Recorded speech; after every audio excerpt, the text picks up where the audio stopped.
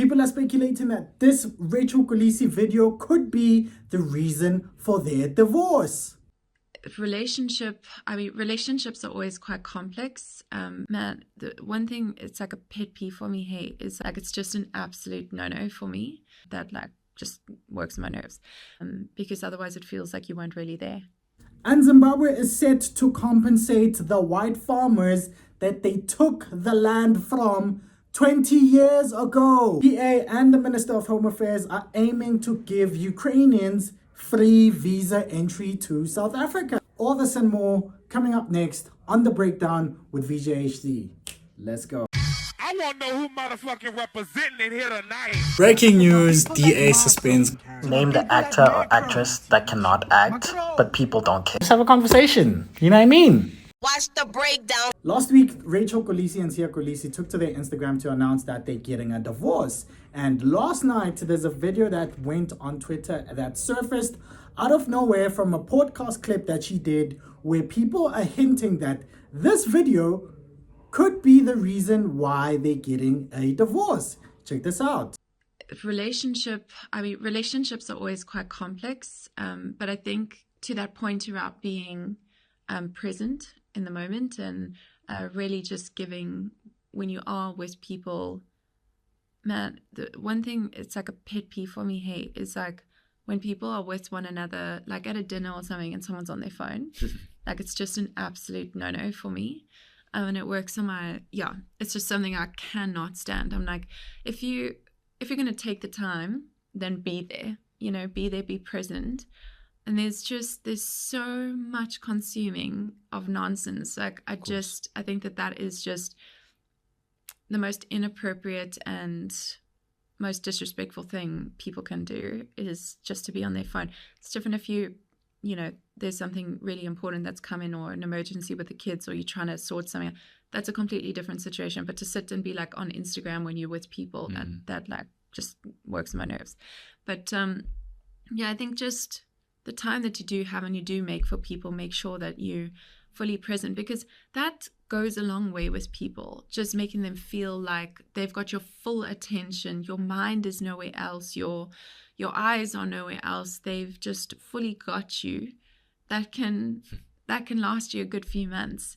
But yeah, I think just that thing of prioritizing, intentionally making time, and then when you do have the time, make sure you're fully engaged, because otherwise it feels like you weren't really there. I hope that Sia was fully there. I mean, look, if he wasn't really attentive in the relationship, always on his phone, I don't really think that could be the reason that they're getting divorced. I feel like there is more. I feel like maybe there could be infidelity that took place within the relationship. We don't know. But I feel as if like as time goes on, the more things will be uncovered. Because I feel like this divorce is just not we mutually agreed that we are divorcing. I feel like there is more that's still to come, but we are all invested as a country and our eyes are on both Rachel and Sia Kolisi's next move. Sia is posting on Instagram for celebrating other people's birthdays and all of those things, but I feel as if like when the time comes, Rachel or maybe the members of Rachel's family, or could be Sia's family or Sia himself, one of them is going to actually reveal the reason for the divorce. But we're locked in and let's see how this plays out. On our next story, Robert Mugabe won't be catching any rest on his peaceful slumber of eternity because Zimbabwe is set to compensate the farmers that they took the land from over 20 years ago. So this article that is released by ABC states that Zimbabwe to compensate white farmers who lost land in seizures 20 years ago. Zimbabwe says it will compensate local and foreign farmers who lost land and property more than 20 years ago in farm seizures meant to redress some of the wrongs of colonialism. About 4,000 white farmers lost their homes and swaths of land when the black majority country's then president, Robert Mugabe, launched the often chaotic redistribution program in the year 2000, which turned violent at times. Mugabe, who died in 2009, said it was aimed at addressing colonial era land inequities after the Southern African nation gained independence from the white minority rule in 1980.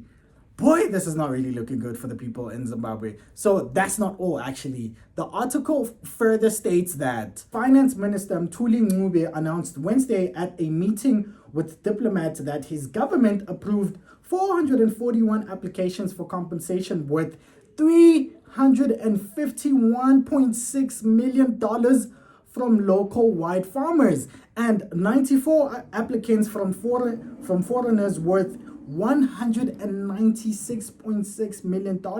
But only 1% of the $3.5 million will be paid in cash to local farmers who lost their land.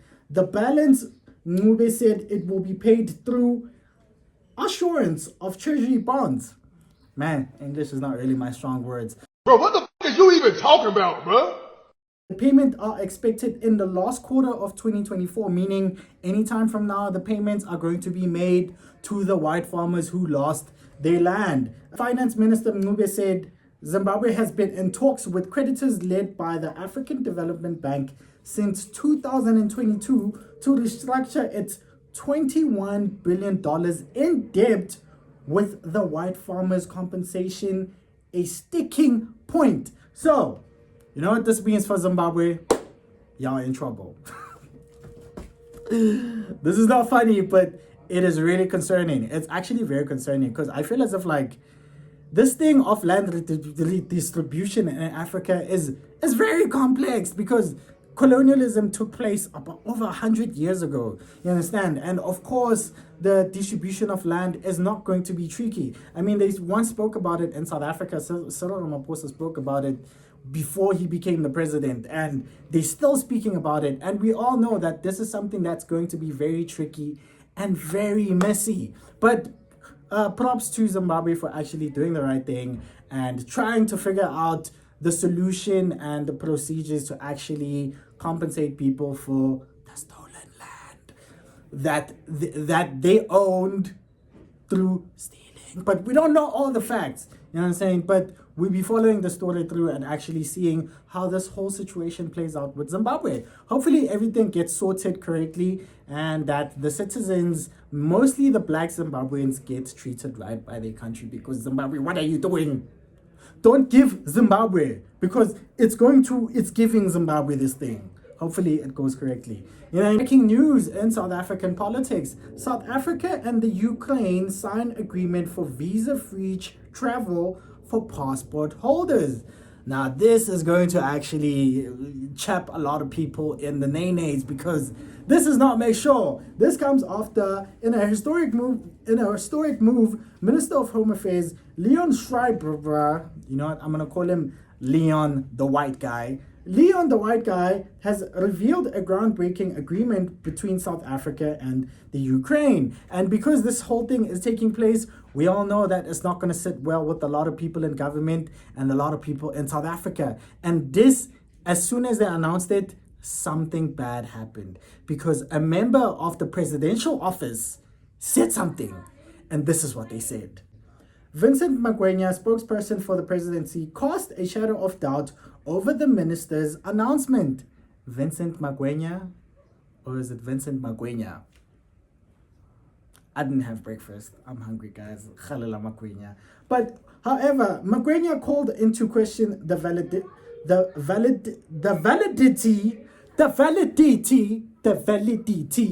of the white guy's declaration, asserting that President Ramaphosa has not yet authorized the minister to sign any agreement with Ukraine. You see what I was saying?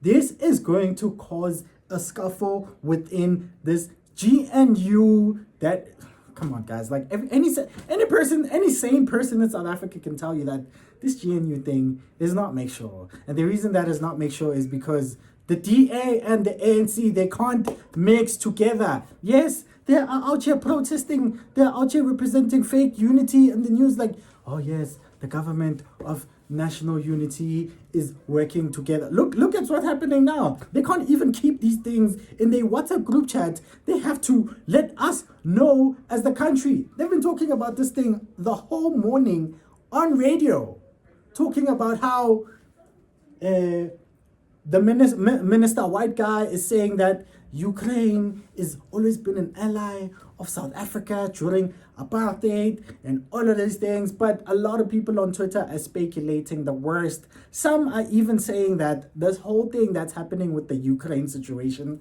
and South Africa is for them to actually bring in, to do an American thing. You know what America is doing, where apparently people like Elon Musk and people like Donald Trump are saying that they are bringing in voters. They are bringing people from other countries to come and vote for them. There are people on Twitter that are actually speculating those things. They're making such accusations, saying that this might mean that the DA is trying to bring in white voters. I didn't say it. The screenshots are all over your screen right now. And this is making me think, kwenzakalan in the national unity, in this fake unity? What's happening?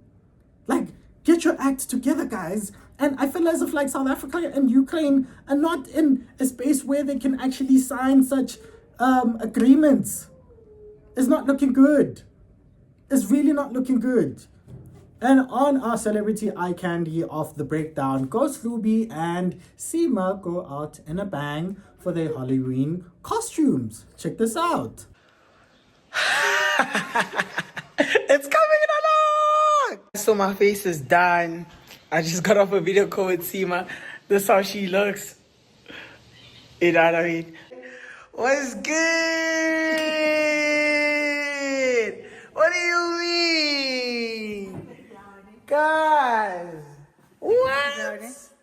Hold on.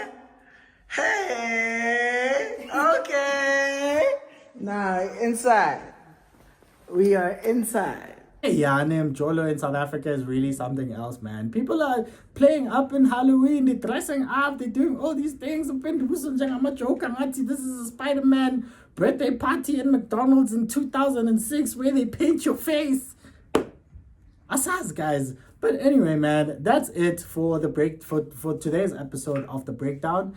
This has been your poem choice, aka veejayhd. Thank you guys for tuning in. Please make sure you too leave a comment and like. Guys, come on, like the video. Like the video.